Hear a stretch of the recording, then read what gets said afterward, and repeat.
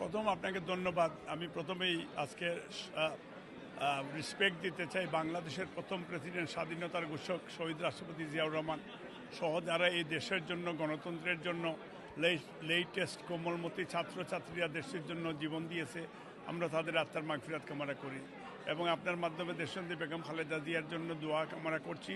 উনি যেন সুস্থ হন, ওনার জন্য দোয়া করবেন। আজকে আমরা প্রায় 16 বছর পরে এই বাংলাদেশ হাই কমিশন আমাদেরকে জেলেও দিয়েছে ফেসিস্ট হাসিনার সময়ে, এবং এই দিন আমরা এমবেসি এক পর্যায়ে আমরা দখল করে নিয়েছিলাম।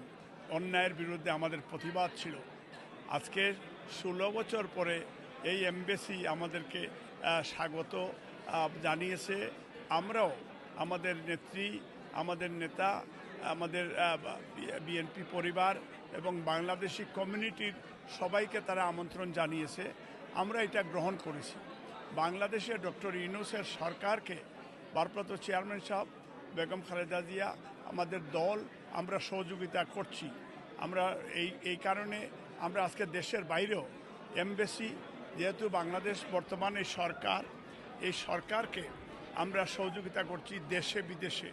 এই জন্য আমরা এই এমবেসি আমরা দলমত নির্বিশেষে আমরা আশা করছি যে এই এমবেসি ভূমিকা পালন করবে যাতে আগামী ডিসেম্বরে বাংলাদেশে একটা ফ্রি ফেয়ার ইলেকশন হয়। সেই কারণেই আমরা আজকে এমবেসিকেও আমরা এইখানে তাদের আমন্ত্রণ গ্রহণ করে এসেছি। দীর্ঘ 16 বছর পরে আজকে বাংলাদেশ হাই কমিশনের ইনভাইটেশনে আমরা এসেছি। আমাদের এই নিজের বাংলাদেশের হাই কমিশন একটা অচেনা জায়গা ছিল। যেভাবে বাংলাদেশ একটি মাফিয়ার দখলে ছিল, একইভাবে প্রবাসেও আওয়ামী বাকশালীদের দখলে বাংলাদেশ হাই কমিশন ছিল।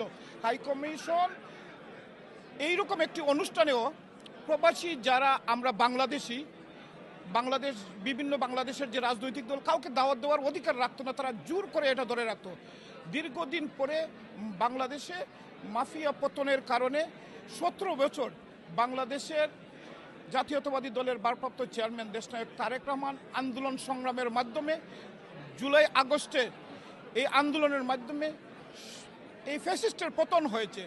বাংলাদেশে ফ্যাসিস্টের পতনের পাশাপাশি একই টাইমে এই যুক্তরাজ্যে যারা বাংলাদেশ হাই কমিশনারকে ঘিরে রেখেছিল, দখল করে রেখেছিল, জোর করে একটা আওয়ামী লীগের একটা অফিস বানিয়েছিল, সেখান থেকে মুক্ত হয়েছে। এটার প্রমাণ আজকে যারা বাংলাদেশের এই প্রবাসী বাংলাদেশিরা দাওয়াত পেয়েছে, ইনভাইট পেয়েছে বাংলাদেশ হাই কমিশন, এটা আরেকটি বাংলাদেশ। তাই আমি হাই কমিশন সহ হাই কমিশনের সকল অফিসার সবাইকে আমি ধন্যবাদ এবং কৃতজ্ঞতা জানাই। যুক্তরাজ্য বিএনপির সবাই দাওয়াত পেয়েছেন, এটা একটা বাংলাদেশের সর্ববৃহৎ রাজনৈতিক দল। আমরা যুক্তরাজ্য বিএনপির পক্ষ থেকে ধন্যবাদ জানাই। আমরা চাই ভবিষ্যতে বাংলাদেশ হাইকমিশন যুক্তরাজ্য এটা বাংলাদেশের হাইকমিশন, তা কোনো দলের হোক, এটা আমরা চাই না। সবাইকে ধন্যবাদ। আপনারাও আগে এসেছেন, আজকে এটা ডিফারেন্ট আপনারা দেখতেছেন। আমরা সবাই খুব উজ্জীবিত, আনন্দিত এটা বাংলাদেশ হাইকমিশনের ইনভাইটেশন। ধন্যবাদ।